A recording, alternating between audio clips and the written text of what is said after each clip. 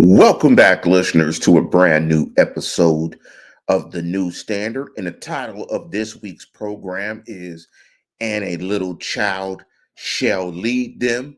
We are bringing this show to you on November 6th, 2024. As always, the show is hosted by yours truly, Lance Williams. Want to give a big shout out to two special birthday guys in my life. Want to give a shout out to my pops. It's his birthday today as well.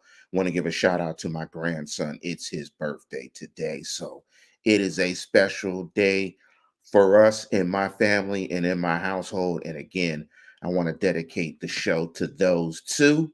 Big up to my guy, to Big Papa, and big up to grandson as we, are blessed that they share their birthday on the same day. As always, if you want to participate in the program, hit us with a like and a subscribe. And you can hit that like button and you can subscribe to the show. We'll also be putting the podcast out this week as well in the next few days. And you can check that out on your ride to work. Again, please give me a like and a subscribe because we are celebrating some birthdays. We're going to keep this show a little bit quicker than usual. We're not going to, and I don't think Tomlin had a press conference yesterday because of election day and no political talk on the show, but I'll just say this. I'm a little bit disappointed. I'm a little bit disappointed in my home state of Pittsburgh or Pennsylvania. Hopefully, Pittsburgh did the right thing, according to me, and that's the last of the political talk that you will get from me. But I'm a little disappointed in how the outcome went. Let's jump into this game, and before we break down this game, let's jump into the injury report for the Steelers, and it's being reported. Here's the quote from Mike Tomlin. It was a good week for those who are leaking a little bit or lack 100% health to regain some of that and get on a moving train. We've got a lot of guys who've been out who have had a chance this week. We'll be watching their participation at a variety of levels to determine whether or not they'll be included. Some of those guys who I think you could include in that description are Zach Frazier, starting center Cordero Patterson, outside linebacker Nick Herbert. Of course, Frazier missed the last 2 games with an ankle injury. Herbert has missed the last 3 games with a hamstring injury, and Patterson has missed 4 games with an ankle injury. And both Frazier and Patterson were full participants in practice on Wednesday, while Herbert was limited, Wednesday being today. In addition, Tomlin also mentioned the potential return of linebacker Tyler Matakevich and cornerback Corey Trice Jr., both of who are on the reserve injured list. Matakevich returned to practice on October 24th and has had 21-day window to activate him, and he was a full participant on practice this week. So Tomlin also topped it off and ended it off by saying all those guys who have been out in recent weeks, and in some cases an extended period of time, are on the cusp of it. We'll see where their participation leads us and what roles we might carve out for them. And at the bye week is probably spent pondering those possibilities, how to better divide up the labor so we keep capable people back to us. So it sounds like from that perspective that the Steelers are getting healthy. And it was a great time for the Steelers to have the bye to get those guys back. But in some ways, it was not a great time for the Steelers to hit their bye week, in my opinion. And big up to Laura Top Life. And thank you for the well wishes. Um, the Steelers offense is playing the best that it has this entire season. And so, you take the bye week when you get it. But it was, in my opinion, not the most advantageous time to take the bye week. And I know you guys see that in the background. I got my Manchester shirt on, so I'm double Pittsburghed up. So I got my Manchester shirt on, my 15233 shirt on, my neighborhood in Manchester, in Pittsburgh. And so the other big news this week was the Steelers dipped their toe into some transactions and made a trade for wide receiver Mike Williams from the Jets, and Preston Smith, uh, defensive lineman from the Green Bay Packers. Mike Williams in his career, 321 receptions for 4,972 yards and 31 touchdowns over 8 seasons. This year, because of the acquisition of Devontae Adams and Garrett Wilson on the team, has not been getting a lot of targets, 12 of 166. At first, when I thought of this move, I didn't think much of it, but I think they just need more bodies. They don't necessarily need a player, I think, in a number one receiver, somebody that's going to challenge George Pickens to be that guy. I think they need a guy that's a veteran guy that's going to play a role and try to fit into the offense. Traditionally, a boundary X type guy, somebody to take the lid off of a defense. So we'll see if his skill set can match up well with Russell Wilson, who likes to throw the deep ball. The other acquisition was Preston Smith, 68 and a half sacks in his career, 2.5 sacks this year, started all 9 games for the Packers. You're bringing a veteran that has some juice that can get to the quarterback. I think with Herbig possibly coming back and you putting Preston Smith in the lineup, you bring back 2 capable pass rushers that can get after the quarterback, and you bring some juice, because I think there's a little juice missing in that defense. I think the defense, and that gives me a nice transition to this game. When you look at the Washington Commanders, aka the Redskins, aka the Washington football team, and that's why the title of this program is "And a Little Child Shall Lead Them," and that child is Jaden Daniels. And I shouldn't disrespect him by calling him a child. And I'm just saying that because he's a rookie. But the Rook is playing some outstanding football. If Lamar Jackson, wasn't having the season that he was having, you might argue that Jaden Daniels is in the picture for being possibly, an MVP candidate. Over the first 9 games, he's completed 163 passes and 228 attempts, thrown for almost 2,000 yards, yards per attempt of 8.5, has 9 touchdown passes, only 2 interceptions, has been sacked quite a bit, 17 times for the year, and that'll be one of the big things in this game.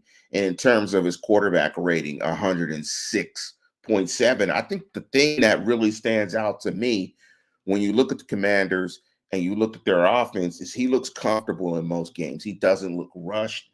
And they're the 3rd highest scoring team in the National Football League. They're averaging 29.2 points per game. That's 3rd in the NFL. And it sets up a very nice matchup between a Steelers defense that's 2nd in points per game, only giving up 14.9. And in terms of PFF, the Steelers defense is rated 2nd, going up against a Washington defense that is rated 5th. So this is a strength on strength matchup, and it's going to be interesting to see who wins this matchup. Also, looking at some of the stats as well, some more advanced metrics when you're talking about the Commanders offense. In terms of DVOA, they're number 2, pass DVOA number 2, rush DVOA number 8. In terms of PFF, they're rated number 3, pass offense number 6, run offense.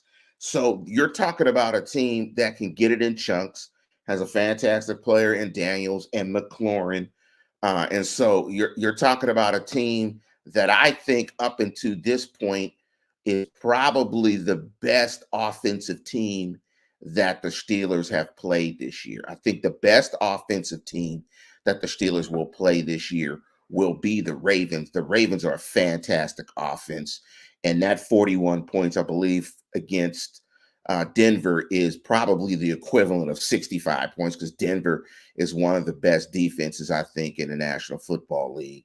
And looking at the Washington Commanders injury participation report, one of the big things is Brian Robinson Jr. is limited with a hamstring, but they have quality backup in Austin Eckler, who's a backup to him. Zach Ertz is, of course, out. They just acquired Marshawn Latimer, who did not practice because of a hamstring.